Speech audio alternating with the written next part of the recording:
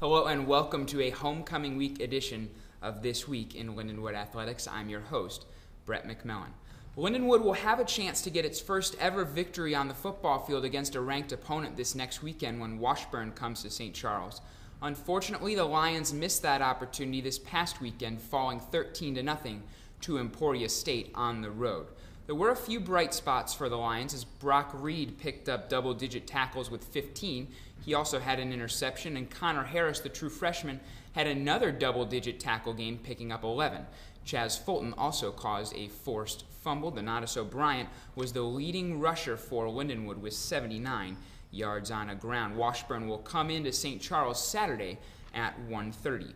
Men's soccer won 2-1 over Harding University in a battle of MIAA foes.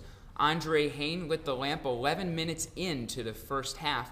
Lindenwood dominated the first half, outshooting the Bison 6-0, and then Daniel Fernandez netted the second goal to give Lindenwood the 2-1 overall victory. Women's hockey dropped a pair of 2 to Minnesota Mankato. The Lady Lions are still looking for their first ever win as a member of the NCAA Division I. They lost 4-1 on Saturday. Lindsey Kirkham had the one and only goal on the weekend for the Lady Lions as they lost 3-0 on Friday night. Field hockey fell to Mercyhurst College 4-2 on Sunday. They went 1-2 over the weekend with Christy O'Connor and Mariana Losha scoring goals in the Mercyhurst game. They are now 5-6 on the season overall. Time to take a look at our athletes of the week for Lindenwood. For the females, it's Nicole Hensley, who had one goal against her in the women's ice hockey series over the weekend. For the men, it is Andre Hain, who got the first goal in the 2-1 win over Harding University. We'll take a look at the schedule coming up for homecoming. Lots going on campus this coming weekend here at Lindenwood.